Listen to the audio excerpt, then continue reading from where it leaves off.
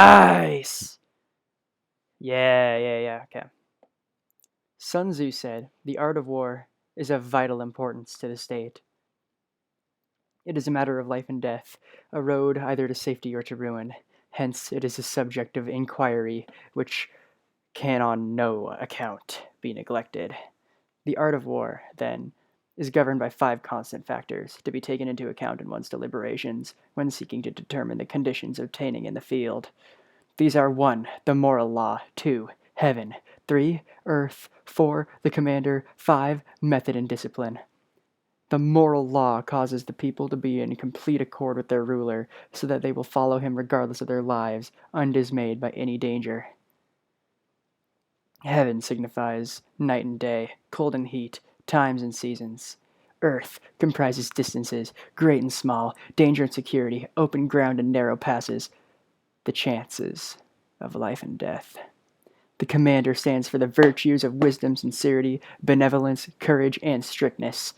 By method and discipline are to be understood the marshalling of the army in its proper subdivisions, the graduations of rank among the officers, the maintenance of roads by which supplies may reach the army, and the control of military expenditure.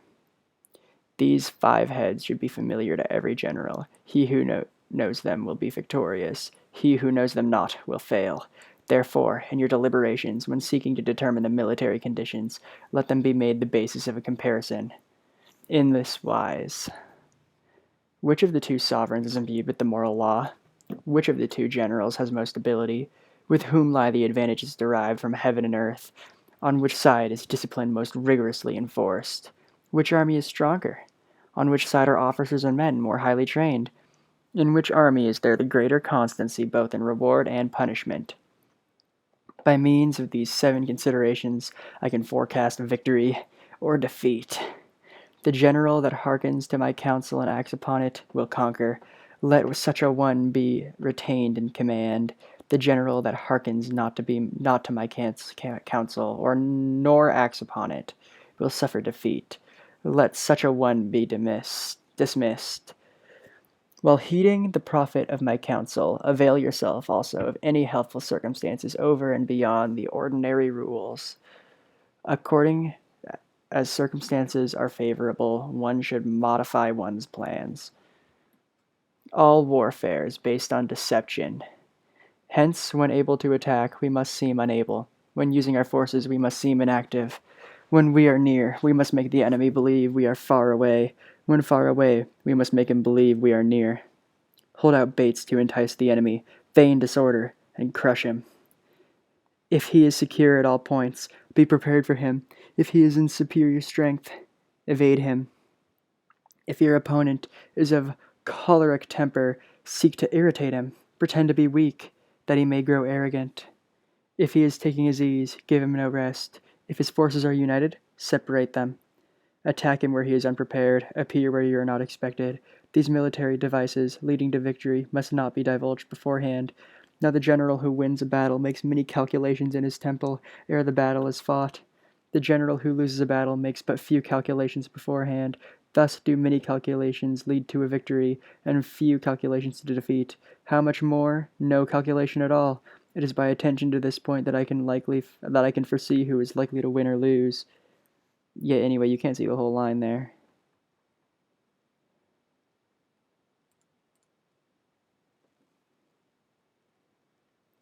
Two, waging war.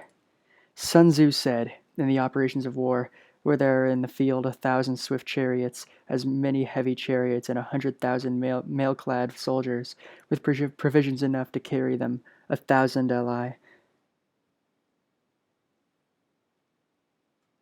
The expenditure at home and at the front, including entertainment of guests, small items such as glue and paint, the sum spent on chariots and armor, will reach the total of 1,000 ounces of silver per day, such is the cost of raising an army of 100,000 men.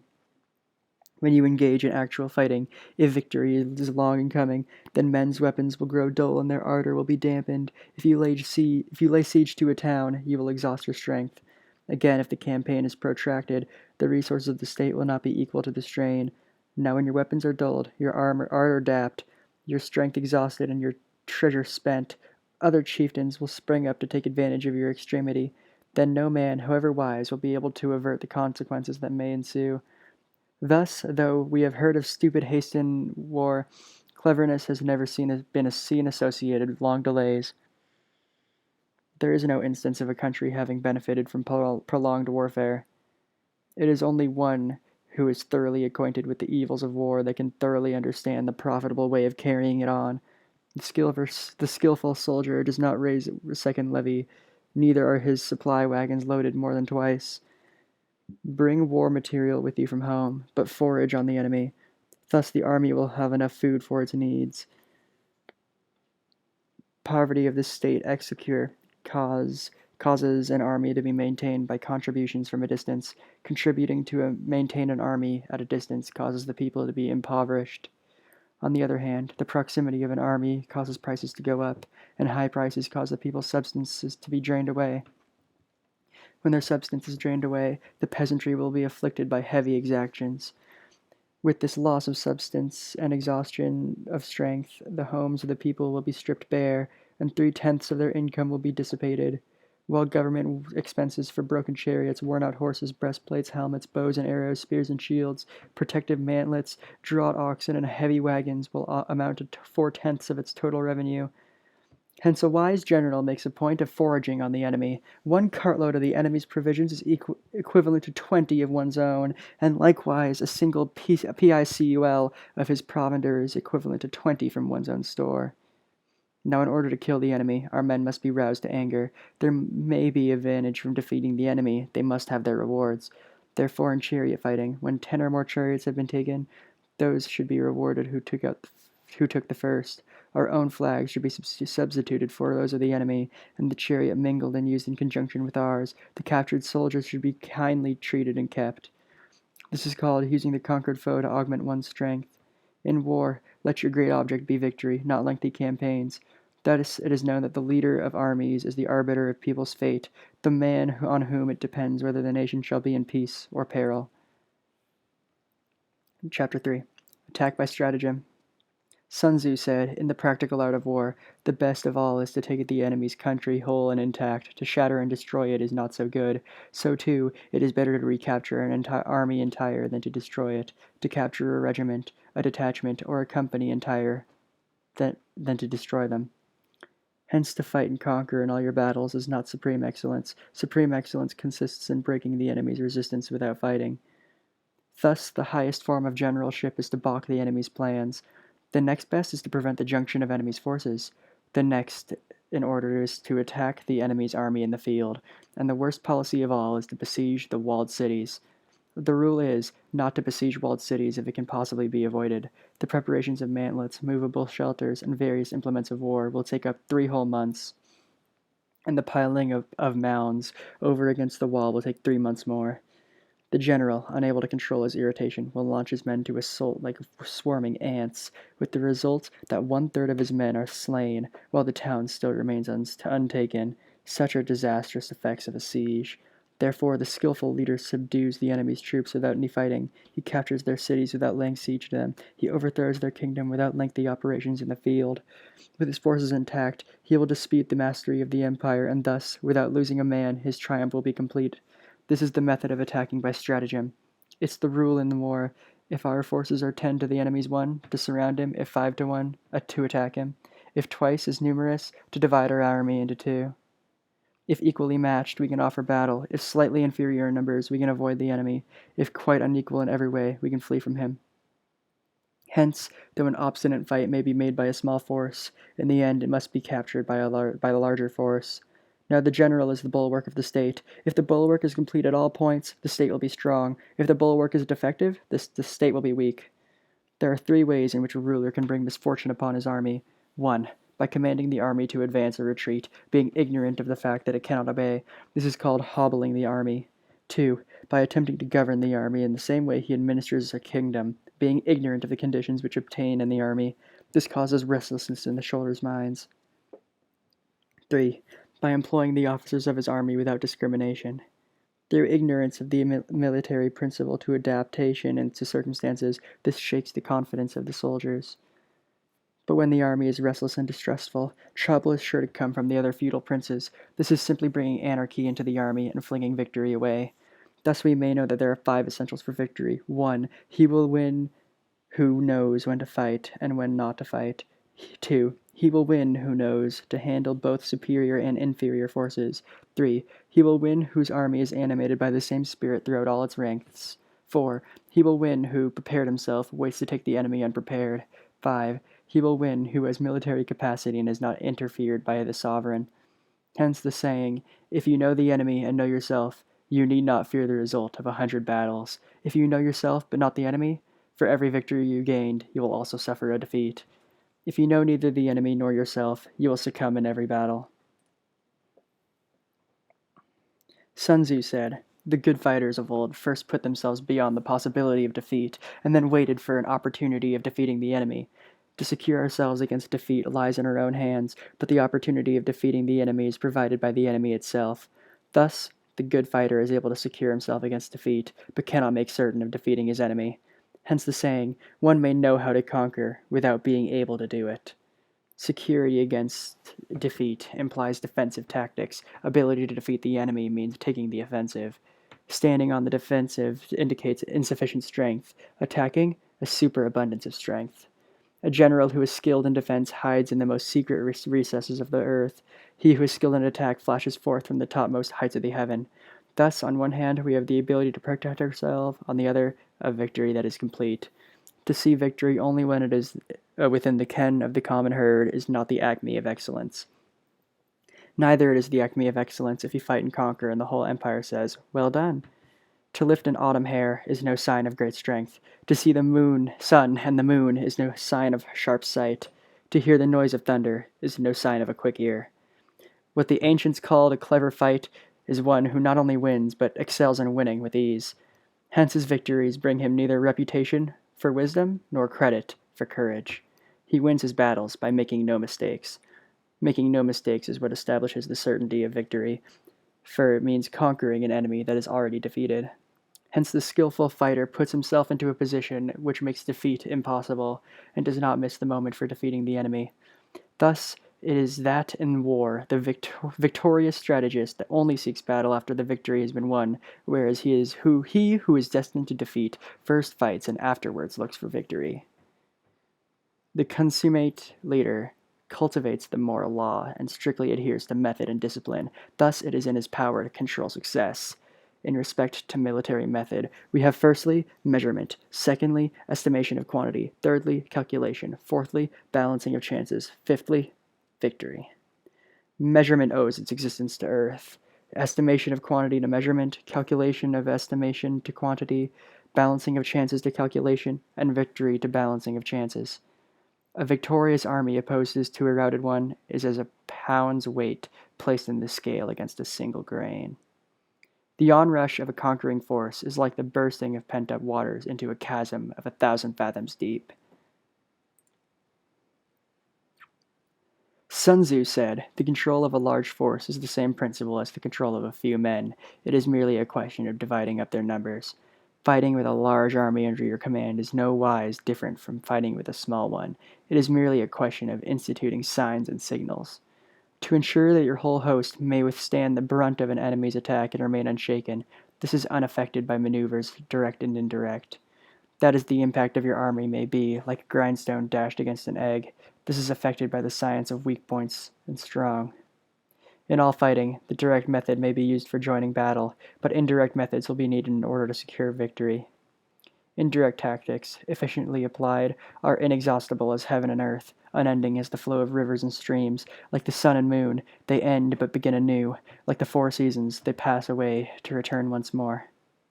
There are not more than 5 musical notes, yet the combination of these 5 can give rise to more melodies than can ever be heard. There are not more than 5 primary colors, blue, yellow, red, white, and black, yet in combination they produce more hues than can ever be seen.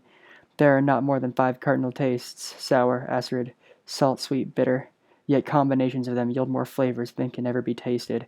In battle, there are not more than 2 methods of attack, the direct and the indirect, yet these 2 in combination give rise to an endless series of maneuvers.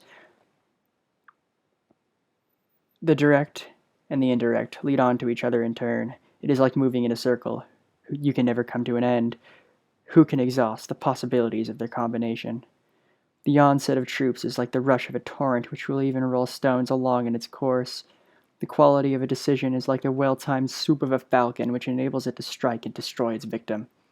Therefore, the good fighter will be terrible in his onset and prompt in his decision. Energy may be likened to the bending of a crossbow, decision to the releasing of a trigger. Amid the turmoil and the tumult of battle, there may be seeming disorder, and yet no real disorder at all. Amid confusion and chaos, your array may be without head or tail, yet it will be proof against defeat. Simulated disorder postulates perfect discipline. Simulated fear postulates courage. Simulated weakness postulates strength. Hiding order beneath the cloak of disorder is simply a question of subdivision. Concealing courage under a show of timidity presupposes a fund of latent energy. Masking strength with weakness is to be effected by tactical dispositions. Thus, one who is skillful at keeping the enemy on the move maintains deceitful appearances, according to which the enemy will act. He sacrifices something that the enemy may snatch at it. By holding out baits, he keeps him on the march. Then, with a body of picked men, he lies in wait for him. The clever combatant looks to the effect of the combined energy and does not require too much from individuals. Hence his ability to pick out the right men and utilize combined energy. When he utilizes combined energy, his fighting men become, as it were, like unto rolling logs or stones, for it is the nature of a log or stone to remain motionless on level ground, and to move when on a slope, if four-cornered, and to come at a standstill, but if round-shaped, to go rolling down. Thus the energy developed by a good fighting man is as the momentum of a round stone rolled down a mountain thousands of feet in height, so much is the subject of energy. 6. Weak points and strong. Sun Tzu said, "Whoever is first in the field and awaits the coming of the enemy will be fresh for the fight. Whoever is second in the field and has to hasten to battle will arrive exhausted." Therefore, the clever combatant imposes his will on the enemy, but does not allow the enemy's will to be imposed on him. By holding out advantages to him, he can cause the enemy to approach his own accord, or by inflicting damage, he can make it impossible for the enemy to draw near. If the enemy is taking his ease, he can harass him. If well supplied with food, he can starve him out. If quietly encamped, he can force him to move. Appear at points which the enemy must hasten to defend. March swiftly to places where you are not expected. An army may march great distances without distress, if it marches through country where the enemy is not. You can be sure of succeeding in your attacks if you only attack places which are undefended. You can ensure the safety of your defense if you can only hold positions that cannot be attacked. Hence that general is skillful in attack whose opponent does not know what to defend, and he is skillful in defense whose opponent does not know what to attack. O divine art of subtlety and secrecy, through you we learn to be invisible, through you inaudible, and hence we can hold the enemy's fate in our hands. You may advance and be absolutely irresistible if you make for the enemy's weak points. You may retire and be safe from pursuit if your movements are more rapid than those of the enemy. If we wish to fight, the enemy can be forced to an engagement, even though he be sheltered behind a high rampart and a deep ditch. All we need to do is attack some other place that he will be obliged to relieve. If we do not wish to fight, we can prevent the enemy from engaging us, even though the lines of our encampment be merely traced out on the ground. All we need to do is throw something odd enough. By discovering the enemy's dispositions and remaining invisible ourselves, we can keep our forces concentrated, while the enemy must be divided. We can form a single united body, while the enemy must be split into fractions. Hence there will be a whole pitted against separate parts of a whole, which means that we shall be many to the enemy's few. And if we are able to thus attack an inferior force with a superior one, our opponents will be in dire straits. The spot where we intend to fight must not be made known, for then the enemy will have to prepare against possible attack at several points, and his forces being thus distributed in many directions, the numbers shall have to face at any point will be proportionally few. For should the enemy strengthen his van, he will weaken his rear. Should he strengthen his rear, he will weaken his van. Should he strengthen his left, he will weaken his right. Should he strengthen his right, he will weaken his left. If he sends reinforcements everywhere, he will everywhere be weak. Numerical weaknesses come from having to prepare against possible attacks. Numerical strength from compelling our adversary to make these preparations for us.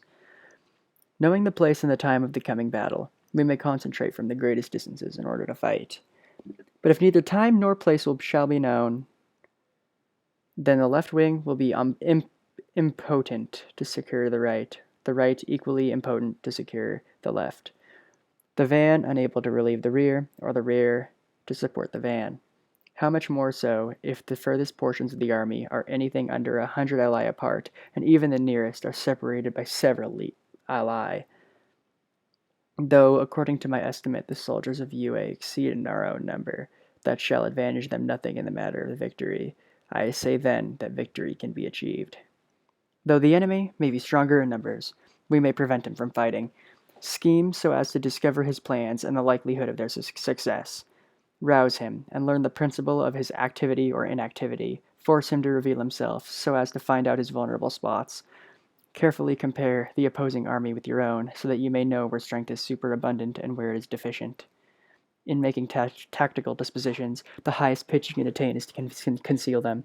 Conceal your dispositions, and you'll be safe from the prying of the subtlest spies, from the machinations of the wisest brains.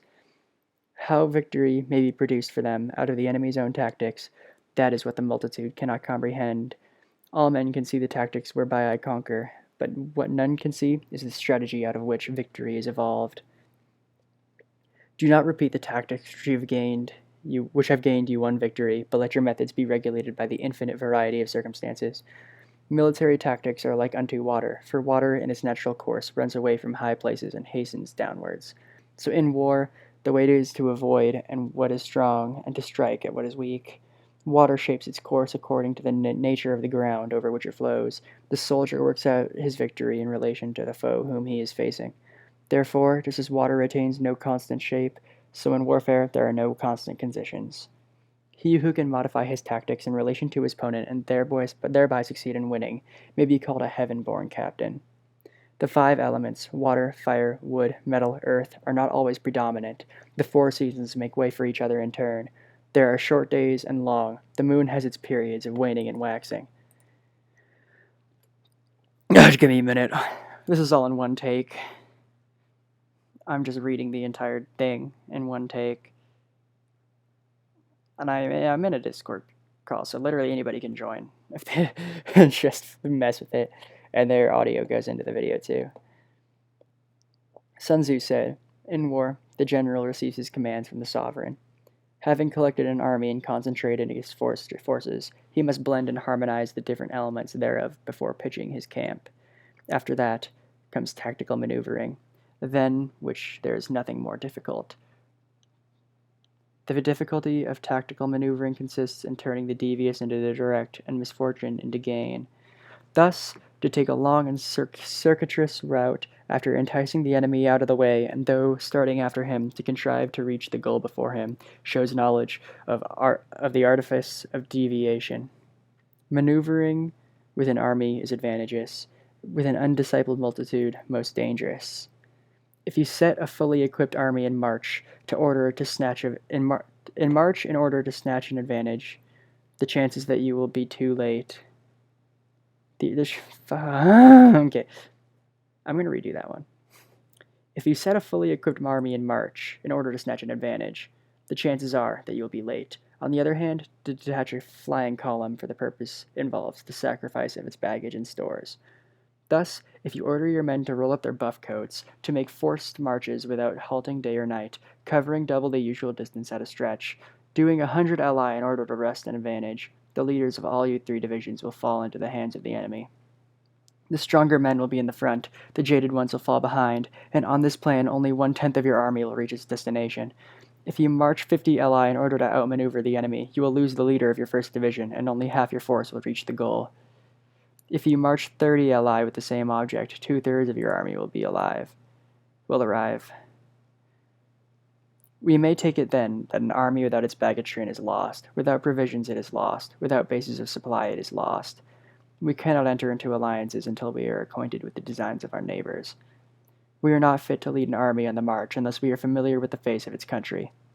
its mountains and forests, its pitfalls and precipices, its marshes and swamps. We shall be unable to turn natural advantages to account unless we can make use of local guides. In war, practice dissimulation and you will succeed. Whether to concentrate or to divide your troops must be decided by circumstances. Let your rapidity be that of the wind, and your compactness that of the forest. In raiding and plundering, be like fire. In immovability, be like a mountain. Let your plans be dark and impenetrable as night, and when you move, fall like a thunderbolt. When you plunder countryside, let the spoil be divided amongst your men. When you capture new territory, cut it up into allotments for the benefit of the soldiery. Powder and deliberate before you make a move. He will conquer who has learnt the artifice of deviation. Such is the art of maneuvering. The Book of Army Management says, on the field of battle, the spoken word does not carry far enough, hence the institution of gongs and drums. Nor can ordinary objects be seen clearly enough, hence the institution of banners and flags. Gongs and drums, banners and flags are means whereby the ears and eyes of the host may be focused on one particular point. The host thus forming a single united body is impossible either for the brave to advance alone or the cowardly to retreat alone. This is the art of handling large masses of men. In night fighting, then, make much use of signal fires and drums, and in fighting by day, of flags and banners, as a means of influencing the ears and eyes of your army. A whole army may be robbed of its spirit. A commander-in-chief may be robbed of his presence of mind. Now a soldier's spirit is keenest in the morning. By noonday it has begun to flag, and in the evening his mind is bent only on returning to camp. A clever general, therefore, avoids an army when its spirit is keen, but attacks when it is sluggish and inclined to return. This is the art of studying moods. Disciplined and calm, to await the appearance of disorder and hubbub amongst the enemy. This is the art of retaining self-possession. To be near the goal while the enemy is still far from it. To wait at ease while the enemy is toiling and struggling. To be well fed while the enemy is famished. This is the art of husbanding one's strength. To refrain from intercepting an enemy whose banners are in perfect order. To refrain from attacking an army drawn up in calm and confident array. This is the art of studying circumstances. It is a military axiom not to advance uphill against an enemy, nor to oppose him when he comes downhill. Do not pursue an enemy who stimulates flight. Do not attack soldiers whose temper is keen. Do not swallow bait offered by the enemy. Do not interfere with an army that is returning home. When you surround an army, leave an outlet free. Do not press a desperate foe too hard. Such is the art of warfare. Okay, that didn't work. I was trying to do the drag thing. One moment. Chapter 8. We've already read 8 chapters. Well, 7 chapters. We're on chapter 8. Variation in tactics. Sun Tzu said, in war, the general receives his commands from the sovereign, collects his army, and concentrates his forces. When in difficult country, do not encamp. In country where high roads intersect, join hands with your allies. Do not linger in dangerously isolated positions. In hemmed-in situations, you must resort to stratagem. In desperate position, you must fight. There are roads which must not be followed, armies which must not be attacked, towns which must not be besieged, positions which must not be contested, commands of the sovereign which must not be obeyed. The general who thoroughly understands the advantages that accompany variation in tactics knows how to handle his troops. The general who does not understand these may be well acquainted with the configuration of the country, yet he will not be able to turn his knowledge to practical account. So the student of war who is unversed in this art of war, of varying his plans, even though he will be acquainted to the 5 advantages, he will fail to make the best use of his men. Hence, in the wise leader's plans, the considerations of advantage and of disadvantage will be blended well together.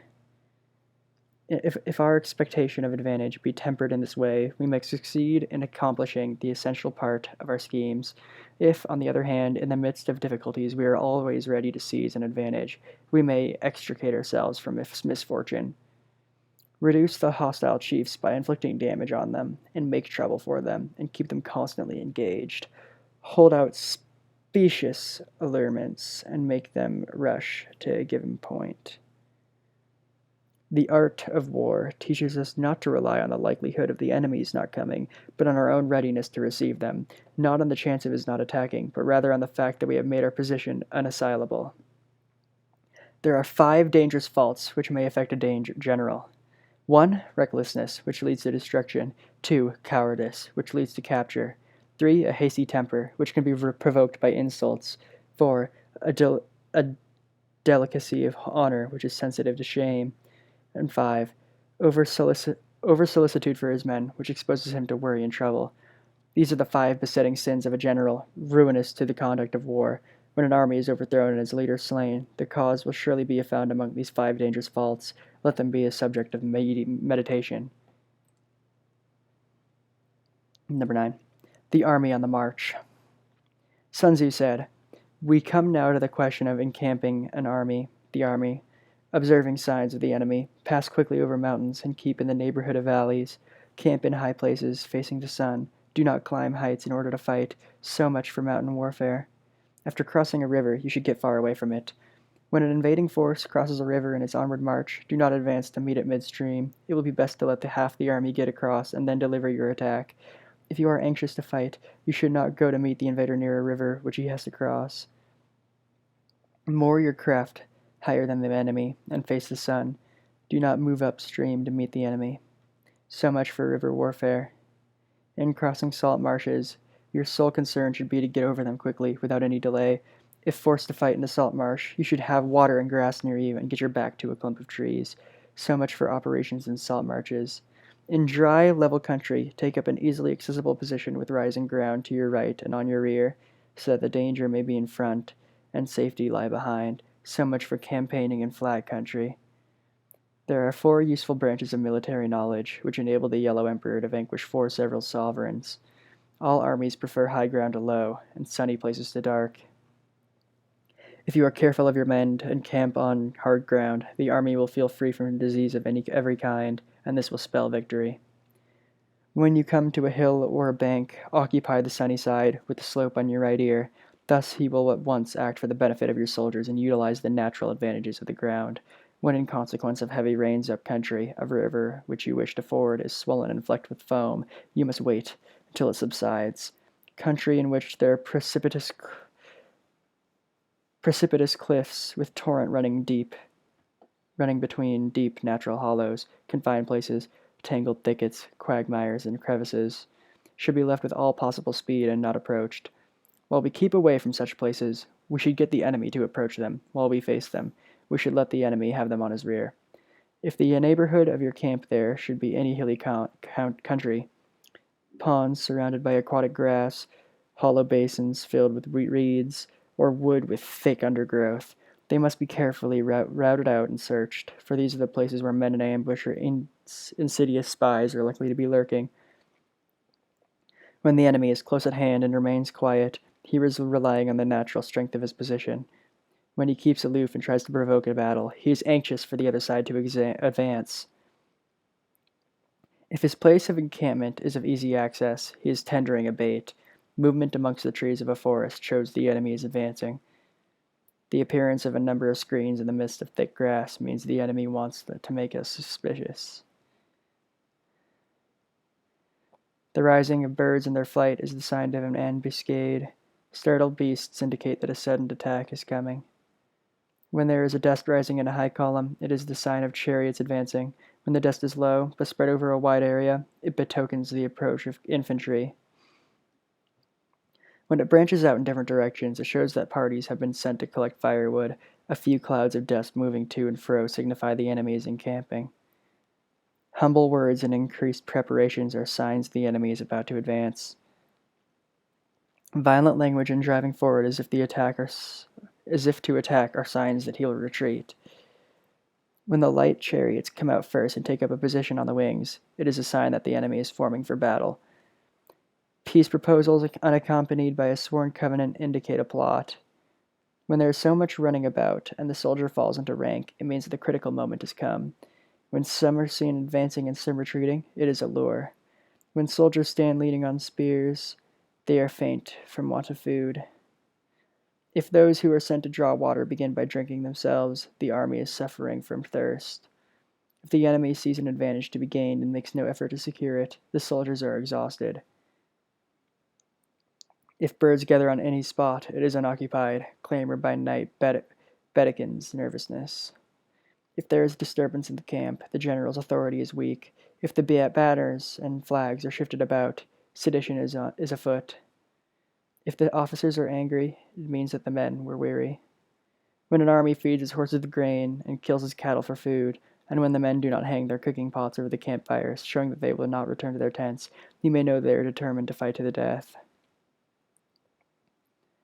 The sight of men whispering together in small knots or speaking in subdued tones point to disaffection amongst the rank and file. Too frequent rewards signify that the enemy is at the end of his resources. Too many punishments betray a condition of dire distress.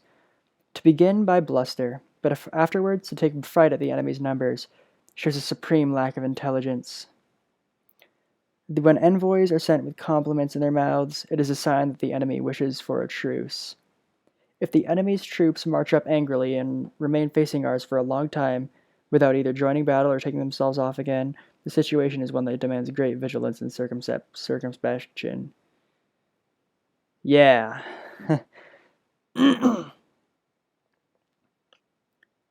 I'm going to get some water and then keep reading. So I'm probably going to edit this part out.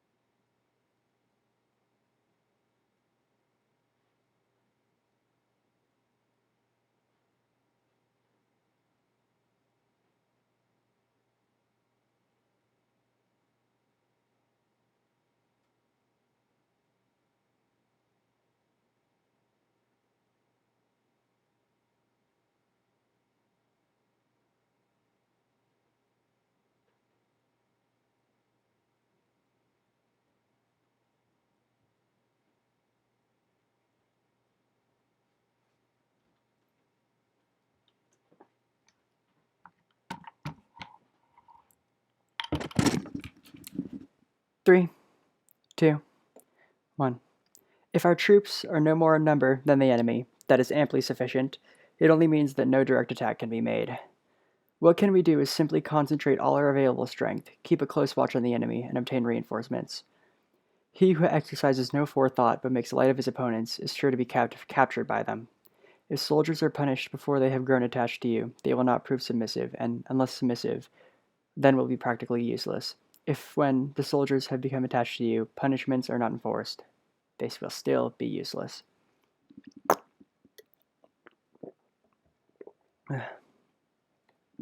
Therefore, soldiers must be treated in the first instance with humanity, but kept under control by means of iron discipline. This is a certain road to victory. If, in training, soldiers' commands are habitually enforced, the army will be well disciplined. If not, its discipline will be bad. If a general shows confidence in his men, but always insists on his orders being obeyed, the gain will be mutual.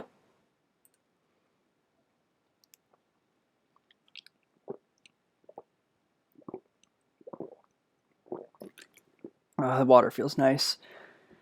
How many chapters are there? I'm going to check the table of contents. We're on chapter 10. Oh, nice. There are only like 4 more chapters. We got this.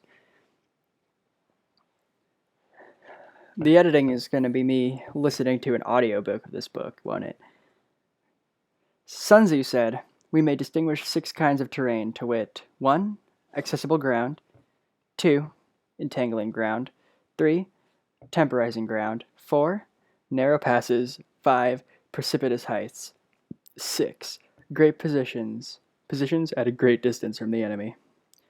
Ground can be freely traversed by both sides is called accessible.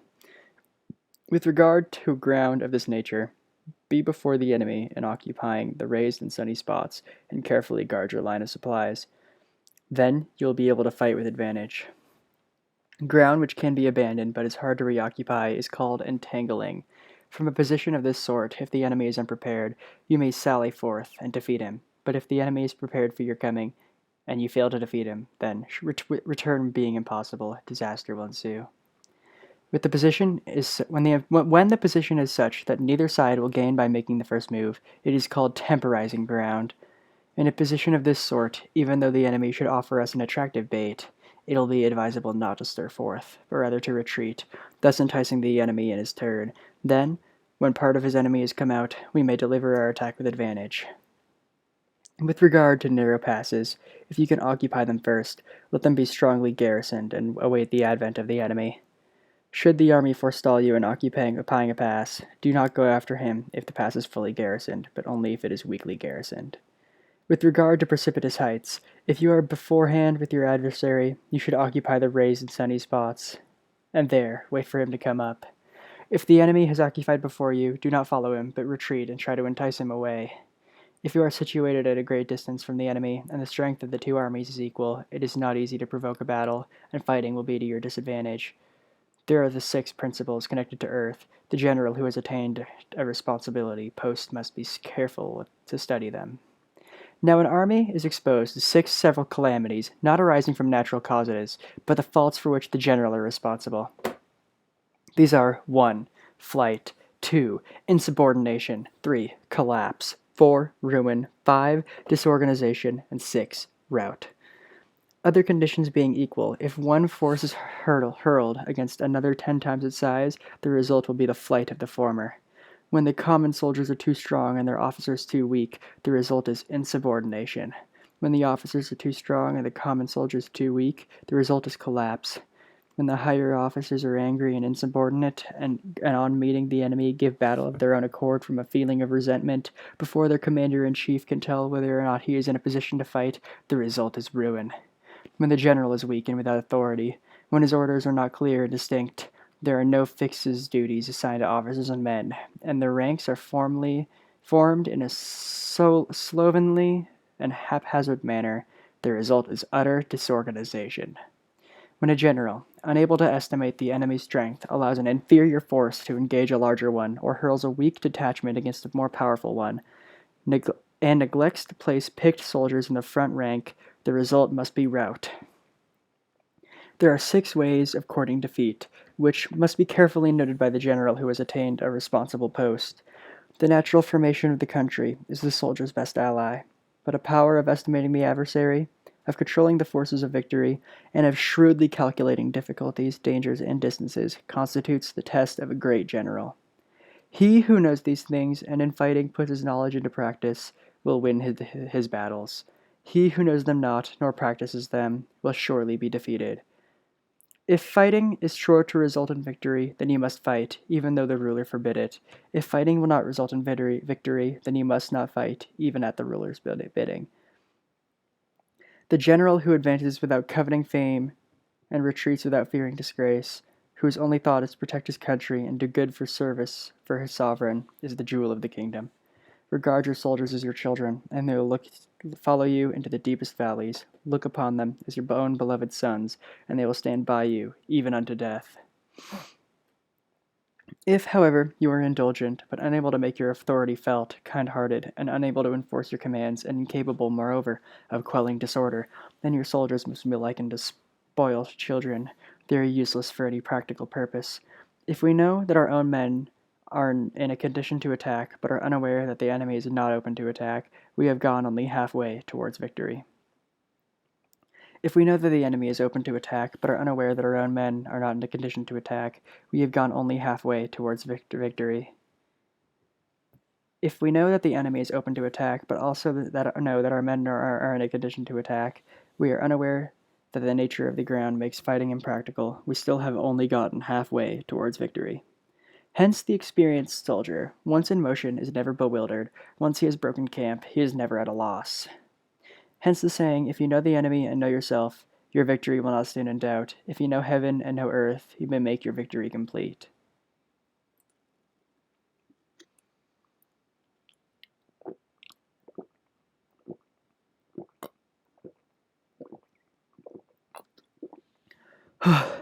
Sorry, I had to drink a lot of water. I don't really get opportunities in the middle of chapters. I just gotta take the time in between chapters as a moment of thinking, a moment of processing what the hell is happening. Thinking back on what I've just read.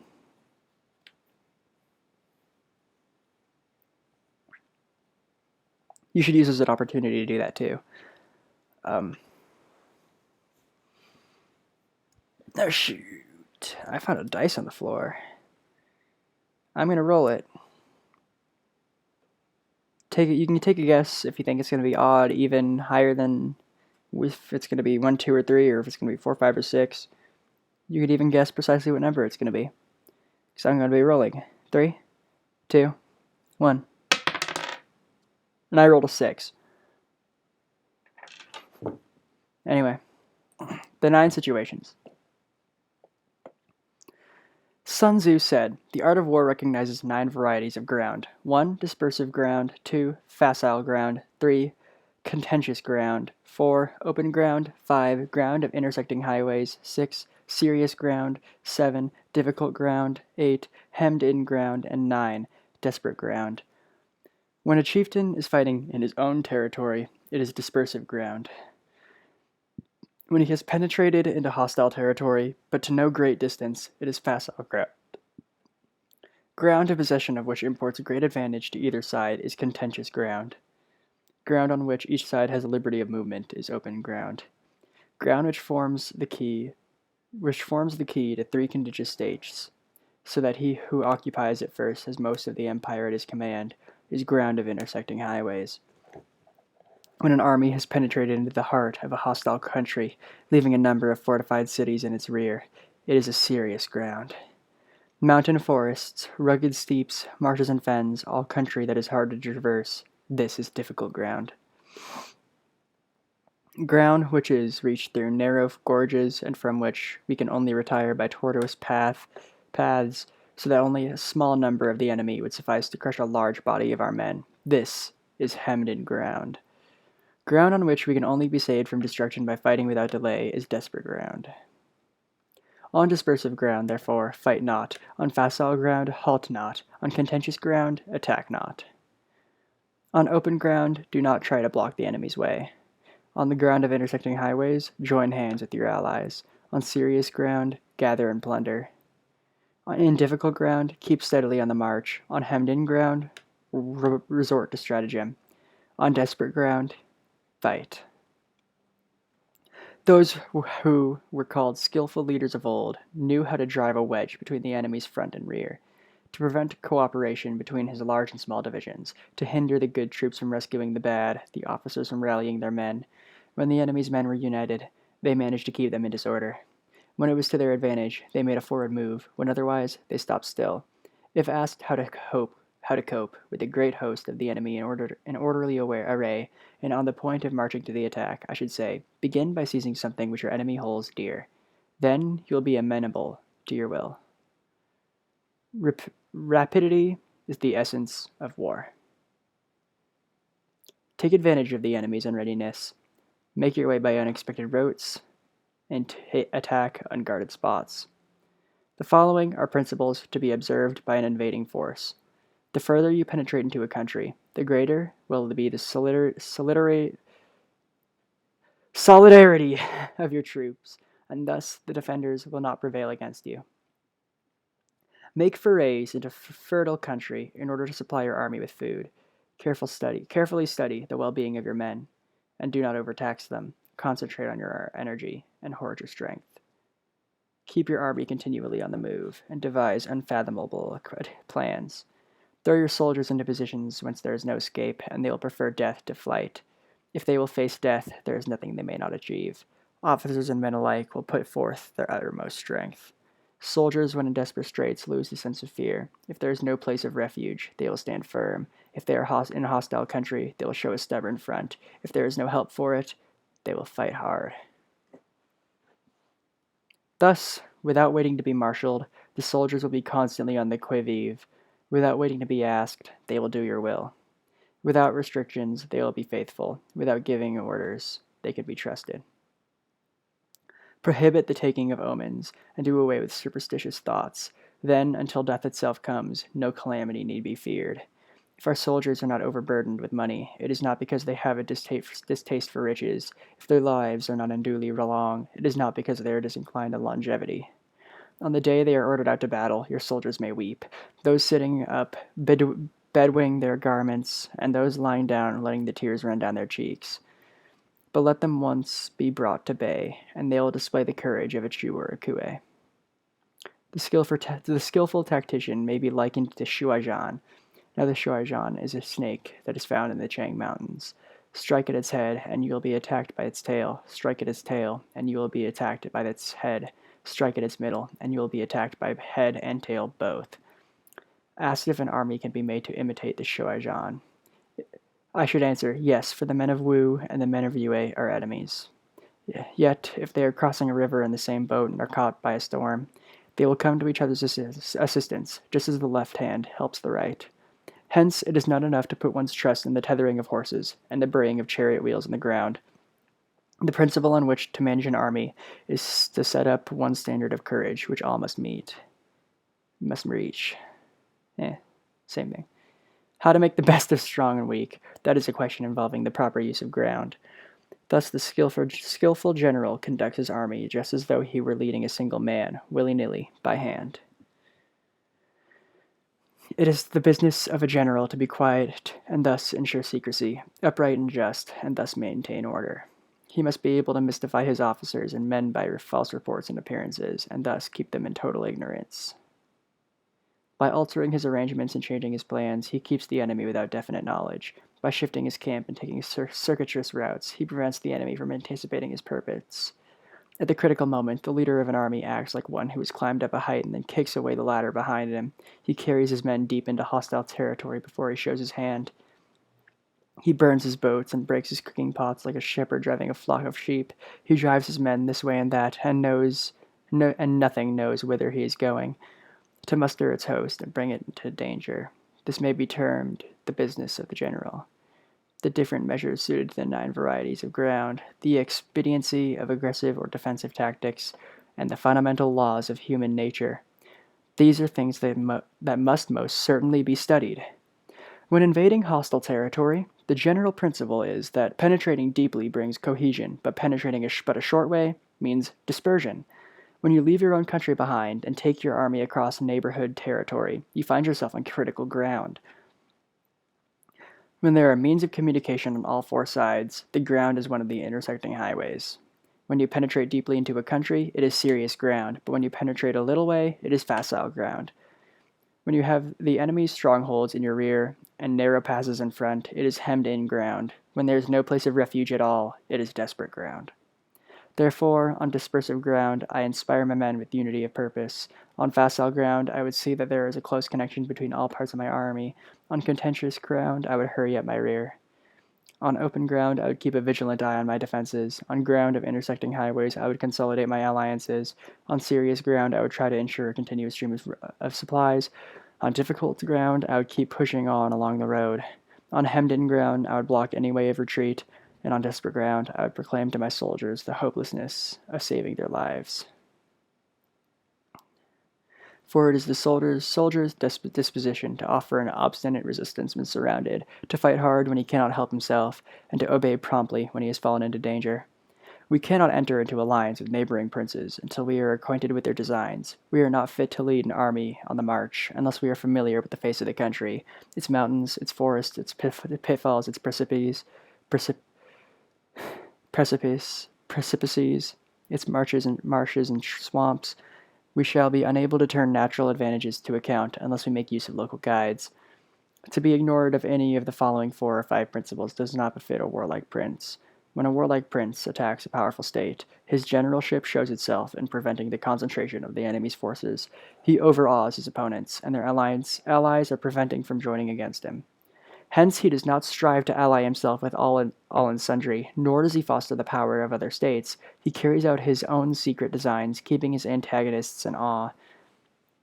Thus he is able to capture their cities and overthrow their kingdoms, bestow rewards without regard to rule, issue orders without regard to previous arrangements. And you'll be able to handle a whole army as though you had done this, as you had to do with but a single man.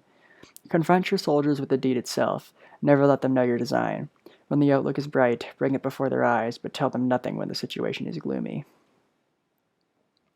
Place your army in deadly peril, and it will survive. Plunge it into desperate straits, and it will come off in safety. For it is precisely when a force has fallen in harm's way that it is capable of striking a blow for victory. Success in warfare is gained by carefully accommodating ourselves to the enemy's purpose. By persistently hanging on the enemy's flank, we shall succeed in the long run, in killing the commander-in-chief. This calling ability to accomplish a thing by sheer cunning. On the day that you take up your command, block the frontier passes, destroy the official tallies, and stop the passage of all emissaries. Be stern in the council chamber so that you may control the situation. If the enemy leaves a door open, you must rush in.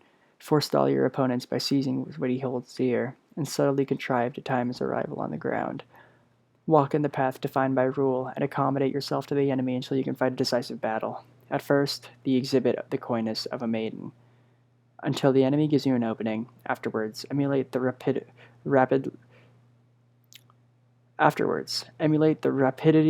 of a running hare, and it will be too late for the enemy to oppose you.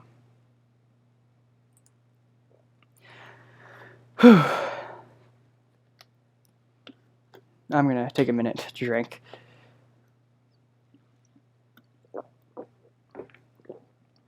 Enjoying the ride so far? I doubt anybody's watched this far. And if you do, I surely have no idea why. Let me know if you did, though. That'd be pretty neat. I'm genuinely interested to see who's made that choice with their life to watch some kid read Sun Tzu's The Art of War. I'm going to take another drink of water before continuing.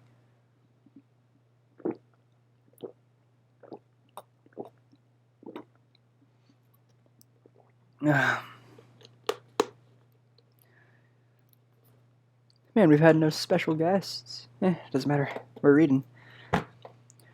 I should open this other water so that I don't have to do it later.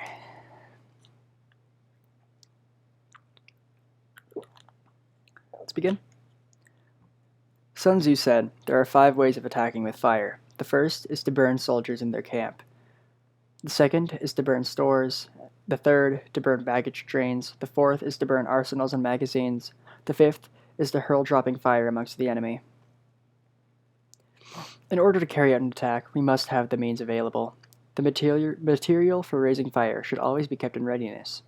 There is a proper season for making attacks with fire, and special days for starting a conflagration. The proper season is when the weather is very dry. The special days are those when the moon is in the constellations of the sieve, the wall, the wing, or the crossbar. For these 4 are all days of rising wind. In attacking with fire, one should be prepared to meet 5 possible developments. 1. When fire breaks out inside to enemies at camp, respond at once with an attack from without. 2. If there is an outbreak of fire, but the enemy's soldiers remain quiet, bide your time and do not attack. When the force of the flames has reached its height, follow up with an attack. If that is practicable, if not, stay where you are. 4. If it is possible to make an assault with fire from without, do not wait for it to break out within, but deliver your attack at a favorable moment. When you start a fire, be to windward from it. Do not attack from leeward. A wind that rises in the daytime lasts long, but a night breeze soon falls.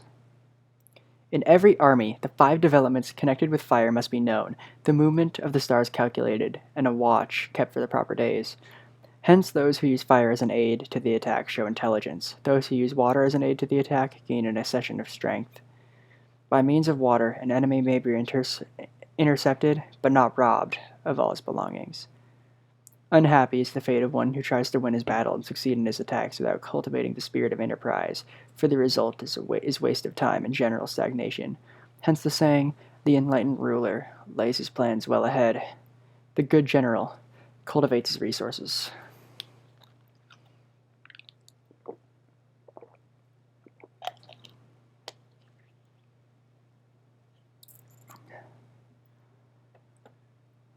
Move not unless you see an advantage. Use not your troops unless there is something to be gained. Fight not unless a position is critical.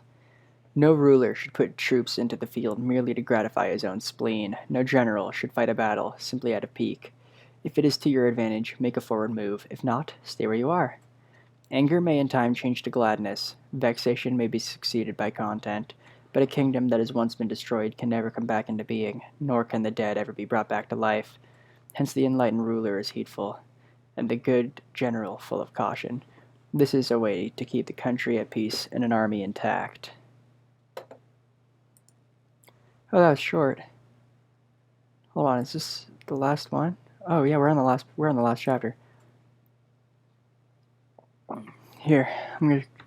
So that was a shorter chapter than the one before it. My mouth got in real pain from the one before the last one because I didn't stop at all. Man, we're almost there. Almost at the end. This has been a wild ride. Oh, well, let's get on with it, shall we? Sun Tzu said, raising a host of 100,000 men and marching them great distance entails a heavy loss on the people and a drain on the resources of the state. The daily expenditure will amount to 1,000 ounces of silver. There will be commotion at home and abroad, and men will drop down exhausted on the highways. As many as 700,000 families will be impeded in their labor. Hostile armies may face each other for years, striving for the victory which is decided in a single day. This being so, to remain in ignorance of the enemy's condition, simply because one grudges the outlay of 100 ounces of silver and honors and emoluments, is the height of inhumanity. One who acts thus is no leader of men, no present to help his sovereign, no master of victory. Thus, what enables the wise sovereign and the good general to strike and conquer and achieve things beyond the reach of ordinary men is foreknowledge. Now, this foreknowledge cannot be elicited from spirits. It cannot be obtained inductively from experience, nor by any deductive calculation. Knowledge of the enemy's dispositions can only be obtained from other men. Hence the use of spies, of whom there are 5 classes. 1. Local spies. 2. Inward spies. 3. Converted spies. 4. Doomed spies. And 5. Surviving spies. When these 5 kinds of spy are all at work, none can discover the secret system. This is called divine manipulation of the threads. It is the sovereign's most precious faculty. Having local spies means employing the services of the inhabitants of a district. Having inward spies, making use of officials of the enemy.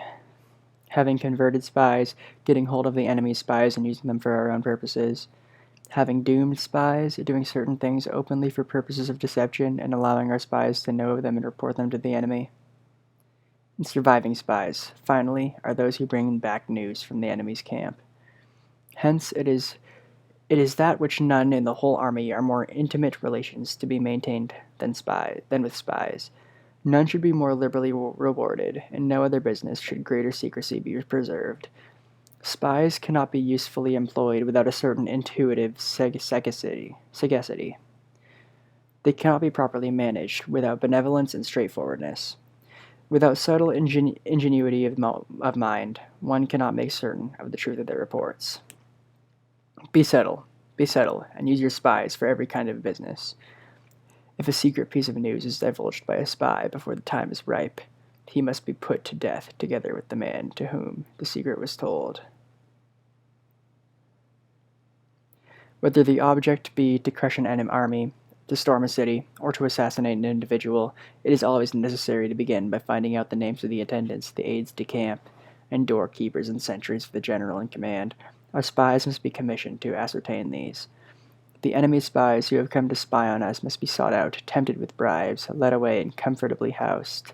Thus they will become converted spies and available for our service. It is through the information brought by the converted spy that we are able to acquire and employ local and inward spies. It is owing to his information again that we can cause the doomed spy to carry false tidings to the enemy. Lastly, it is by his information that the surviving spy can be used on appointed occasions.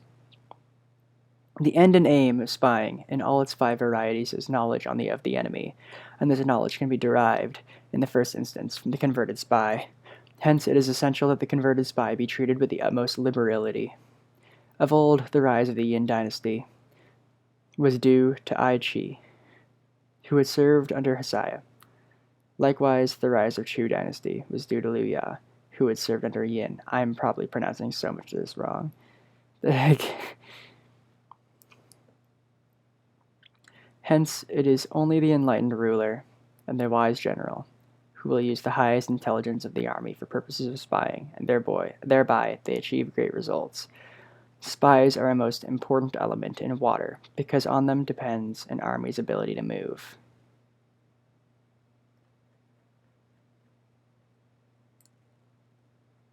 And that's done.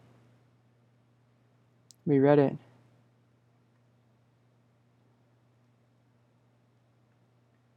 We did it. We read the book.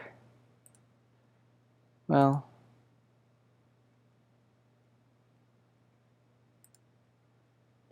then, okay.